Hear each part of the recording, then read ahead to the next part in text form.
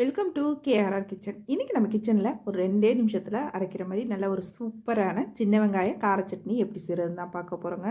இந்த சட்னி அவ்வளோ ஒரு அருமையாக இருக்கும். இட்லி தோசைக்கெல்லாம் வச்சு சாப்பிட்றப்ப நல்லா ஒரு 2 இட்லி சேர்த்தே சாப்பிட்லாம். அந்த அளவுக்கு டேஸ்ட்டு ரொம்ப அருமையாக இருக்கும். எப்படி செய்கிறதுன்னு நம்ம வீடியோக்குள்ளே போய் பார்ப்போம். அதுக்கு முன்னாடி நம்ம சேனலை இப்போ தான் ஃபஸ்ட் டைம் பார்க்குறீங்கன்னா சப்ஸ்கிரைப் பண்ணி வச்சுக்கோங்க. கூடவே பெல் சிம்பல் ப்ரெஸ் பண்ணி ஆளுங்கிற ஆப்ஷனையும் ப்ரெஸ் பண்ணி வச்சுக்கோங்க. அப்போ தான் நான் போகிற வீடியோஸ் எல்லாம் உங்களுக்கு தொடர்ந்து நோட்டிஃபிகேஷனில் ஒன்றுக்கு கிடச்சிட்டு இருக்கும். இப்போ வாங்க இந்த சின்ன வெங்காய கார சட்னி எப்படி செய்கிறதுன்னு பார்த்துடலாம்.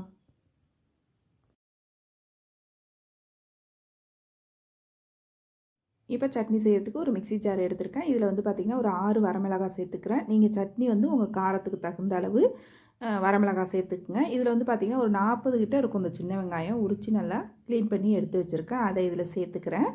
இது கூடவே பார்த்திங்கன்னா ஒரு 15 பூண்டு பல்.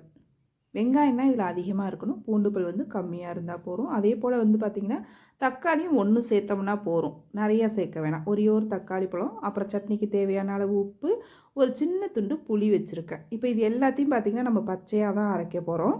நல்லா இதை நைஸாக தண்ணிலாம் எதுவுமே ஊற்ற வேணாம். நல்லா நைஸாக அரைச்சி எடுத்துகிட்டு வந்துக்குவோம். நமக்கு அந்த வெங்காயம் தக்காளி பழத்தில் உள்ள தண்ணியே போதும், நல்லா அரைப்பட்டு வந்துடும்.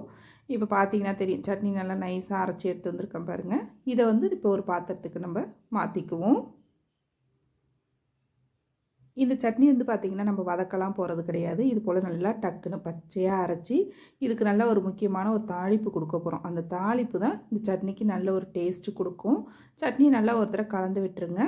தாளிப்புக்கு வந்து பார்த்திங்கன்னா அடுப்பில் பேன் வச்சுருக்கேன். அதில் ஒரு 2 டேபிள் ஸ்பூன் அளவுக்கு நல்லெண்ணெய் சேர்த்துக்குங்க. இந்த நல்லெண்ணெய் சேர்த்து நம்ம தாளிப்பு கொடுக்கும்போது சட்னி நல்ல டேஸ்ட்டாக இருக்கும். எண்ணெய் காஞ்சதுக்கப்புறம் 1 டீஸ்பூன் அளவுக்கு கடுகு உளுந்து சேர்த்துருக்கேன். அது நல்லா பொரியட்டும். கடுகு உளுந்து பொரிஞ்சதுக்கப்புறம் இதில் ஒரு கொத்து கருவேப்பிலை சேர்த்துக்கிறேன். கொஞ்சமாக பெருங்காயத்தூளும் சேர்த்துக்கிறேன். இப்போ தாளிப்பு ரெடி ஆனதுக்கப்புறம் பார்த்திங்கன்னா அந்த எண்ணெய் சூடாக இருக்கும் போதே அந்த சட்னியில் சேர்த்துடணும். அப்போ தான் அந்த வெங்காய தக்காளியோட பச்சை வாடை இல்லாமல் சட்னி நல்லா டேஸ்ட்டாக இருக்கும். வெங்காயம் பச்சை வாடை பிடிக்காதவங்க வந்து லைட்டாக வதக்கிட்டு கூட இந்த சட்னியை அரைக்கலாம். ஆனால் வந்து ரொம்ப வதக்கிட்டிங்க அப்படின்னா சட்னி லைட்டாக இனிக்கிற மாதிரி இருக்கும். லேசாக வதக்கிட்டு அரைக்கும் போது பார்த்திங்கன்னா டேஸ்ட்டு ரொம்ப அருமையாக இருக்கும். வெங்காயம் வாடை பிடிக்கும் அப்படின்னாக்கா கண்டிப்பாக இது போல் ட்ரை பண்ணி பாருங்கள். டேஸ்ட்டு ரொம்பவே அருமையாக இருக்கும். வெங்காயம் தக்காளி போல் பச்சை வாடையெல்லாம் இல்லாமல் நல்லாயிருக்கும். நம்ம சூடான எண்ணெயை அதில் சேர்த்து தாளிப்பு கொடுக்கும் போது அவ்வளோதான், நம்மளோட சட்னி பாருங்கள் சூப்பராக ரெடி ஆகிடுச்சு. நல்லா இட்லி தோசை கூட வச்சு சாப்பிட்றப்ப அருமையாக இருக்கும்.